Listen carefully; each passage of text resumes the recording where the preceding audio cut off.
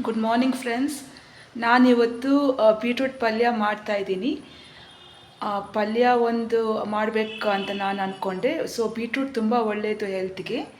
ಅದು ಹಿಮೋಗ್ಲೋಬಿನ್ ಜಾಸ್ತಿ ಮಾಡುತ್ತೆ ಬೀಟ್ರೂಟ್. ಅದಕ್ಕೆ ನಾನು ಇವತ್ತು ಬೀಟ್ರೂಟ್ ಪಲ್ಯ ಮಾಡಿದ್ದೀನಿ. ಆಮೇಲೆ ಬೀನ್ಸು ಕ್ಯಾರೆಟ್ ಸಾಂಬಾರು ಮಾಡಿದ್ದೀನಿ. ಮುದ್ದೆ ಅನ್ನ ಮಾಡಿದ್ದೀನಿ. ಇದು ನಮ್ಮದು ಬ್ರೇಕ್ಫಾಸ್ಟ್ ಆಗುತ್ತೆ. ಸೊ ನಾನು ಬೀಟ್ರೂಟ್ ಪಲ್ಯ ನಿಮ್ಗೆ ಇಷ್ಟ ಆದರೆ ಲೈಕ್ ಕೊಡಿ, ಕಮೆಂಟ್ ಮಾಡಿ. Thank you. ನೋಡಿ, ಬೀಟ್ರೂಟ್ ಪಲ್ಯ ರೆಡಿಯಾಗಿದೆ. ಬೀಟ್ರೂಟ್ ಪಲ್ಯ ಮಾಡೋದು ಸುಲಭ, ಅದು ತುಂಬ ಒಳ್ಳೆಯದು. Good morning friends. ನಾನಿವತ್ತು ಬೀಟ್ರೂಟ್ ಪಲ್ಯ ಮಾಡ್ತಾಯಿದ್ದೀನಿ. ಬೀಟ್ರೂಟು ನಾನು 4 ತಗೊಂಡು ಅದು ಸಿಪ್ಪೆ ತೆಗೆದುಬಿಟ್ಟು ಅದನ್ನು ನಾನು ತುರ್ಕೊಂಡಿದ್ದೀನಿ. ಅದಾದಮೇಲೆ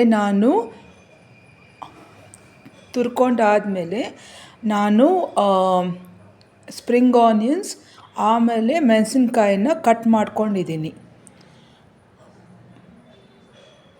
ಆಮೇಲೆ ನಾನಿವಾಗ ಬಾಣಲಿ ಇಟ್ಟಿದ್ದೀನಿ. ಅದಕ್ಕಿಂತ ಮುಂಚೆ ನಾನು ಚಿಕ್ಕ ಬಾಣಲಿನಲ್ಲಿ, ಒಗ್ಗರಣೆ ಬಾಣಲಿನಲ್ಲಿ ನಾನು ಇದು ಕಡಲೆ ಬೀಜ ಹುರ್ಕೊಳ್ತಾ ಇದ್ದೀನಿ. ಇದು ಕಡಲೆ ಬೀಜ ಹುರ್ಕೊಂಡಾದಮೇಲೆ ನಾನು ಮಿಕ್ಸಿ ಜಾರಲ್ಲಿ ಹಾಕ್ಬಿಟ್ಟು ಅದನ್ನು ಪೌಡರ್ ಮಾಡ್ಕೊಳ್ತೀನಿ. ಅದು ಪೌಡರು ಬೀಟ್ರೂಟ್ ಪಲ್ಯ ಆದಮೇಲೆ ಹಾಕಿದ್ರೆ ತುಂಬ ಚೆನ್ನಾಗಿರುತ್ತೆ. ಸೊ ನಾನು ಹುರ್ಕೊಳ್ತಾ ಇದ್ದೀನಿ ಕಡಲೆ ಬೀಜನ. ಈ ಕಡೆ ನಾನು ಬಾಣಲಿ ಇಟ್ಟಿದ್ದೀನಿ,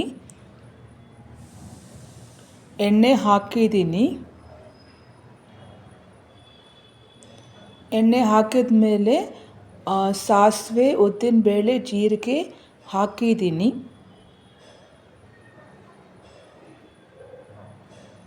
ಸಾಸಿವೆ, ಉದ್ದಿನಬೇಳೆ, ಜೀರಿಗೆ, ಸಾಸಿವೆ ಸಿಡಿಯೋಕ್ಕೆ ಸ್ಟಾರ್ಟ್ ಆಗಿದೆ.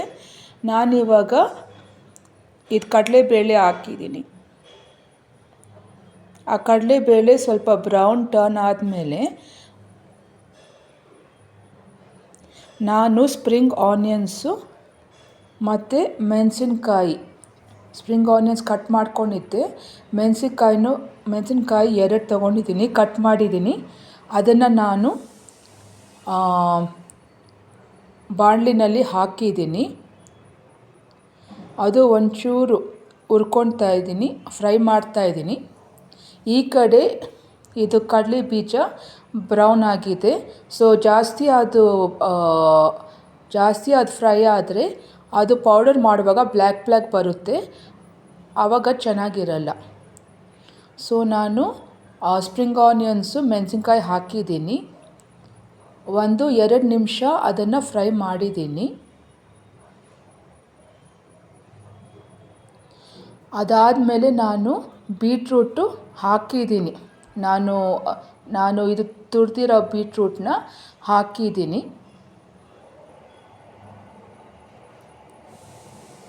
ಅದಕ್ಕೆ ನಾನು ಸ್ವಲ್ಪ ಖಾರದ ಪುಡಿ, ಆಮೇಲೆ ಸ್ವಲ್ಪ ಸಾಂಬಾರು ಪುಡಿ ಹಾಕಿದ್ದೀನಿ.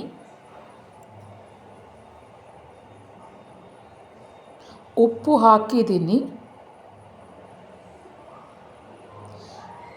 ಅದು ಸ್ವಲ್ಪ ಫ್ರೈ ಆಗ್ತಾಯಿದೆ ಬೀಟ್ರೂಟು. ಆಮೇಲೆ ಇವಾಗ ನಾನು ಅದು ಹುರಿದಿರೋ ಕಡಲೆ ಬೀಜನ ನಾನಿವಾಗ ಸ್ಮಾಲ್ ಮಿಕ್ಸಿ ಜಾರಲ್ಲಿ ಹಾಕಿದ್ದೀನಿ. ಅದನ್ನು ಇವಾಗ ನಾನು ಇದು ಪೌಡರ್ ಮಾಡ್ಕೊಳ್ತಾ ಇದ್ದೀನಿ. ಇದು ಪೌಡರ್ ಆಗಿದೆ.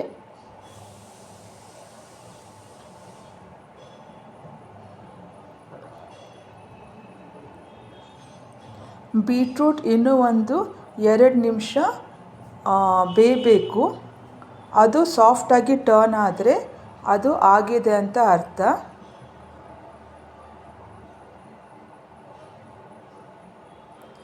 ಇವಾಗ ಬೀಟ್ರೂಟ್ ರೆಡಿಯಾಗಿದೆ.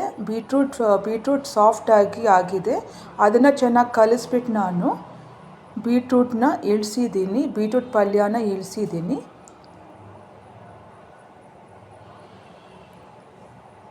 ಅದಕ್ಕೆ ನಾನಿವಾಗ ಇದು ಪೌಡರ್ ಮಾಡ್ಕೊಂಡಿದ್ದೆ ಅಲ್ಲ, ಅದನ್ನು ನಾನು ಹಾಕ್ತಾಯಿದ್ದೀನಿ. ಇದು ಕಡಲೆಕಾಯಿ ಬೀಜ ಪೌಡರ್, ಅದು ಹಾಕ್ತಾಯಿದ್ದೀನಿ. ಹಾಕಿದ್ಮೇಲೆ ಅದು ಬೀಟ್ರೂಟ್ ಪಲ್ಯನ ಮಿಕ್ಸ್ ಮಾಡ್ತಾಯಿದ್ದೀನಿ. ಆ ಜೊತೆಗೆ ನಾನು ಇದು ಕರಿಬೇವು ಪೌಡರ್ 1 ಸ್ಪೂನು ಮತ್ತು ಬೆಳ್ಳುಳ್ಳಿ ಪೌಡರ್ 1 ಸ್ಪೂನ್ ಹಾಕಿದ್ದೀನಿ. ಅದನ್ನು ನಾನು ವಿಡಿಯೋದಲ್ಲಿ ತೋರಿಸಿಲ್ಲ. ನಾನು ಇದು ಕಲಸಿದ ಮೇಲೆ ನಾನಿವಾಗ ಹಚ್ಕೊಂಡಿರೋ ಕೊತ್ತಂಬರಿ ಸೊಪ್ಪು ಹಾಕಿದ್ದೀನಿ.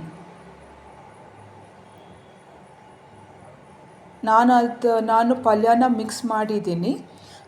ಬೀಟ್ರೂಟ್ ಪಲ್ಯ ತುಂಬ ಒಳ್ಳೆಯದು ಹಿಮೋಗ್ಲೋಬಿನ್ಗೆಲ್ಲ.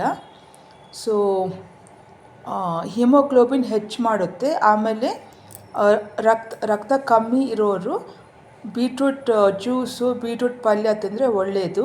ಅದನ್ನು ಹಂಗೆ ರಾನಲ್ಲಿ ಕಟ್ ಮಾಡಿಬಿಟ್ಟು ಸ್ಯಾಲೆಡ್ ಥರ ಮಾಡ್ಕೊಳ್ಬೋದು. ನಂದು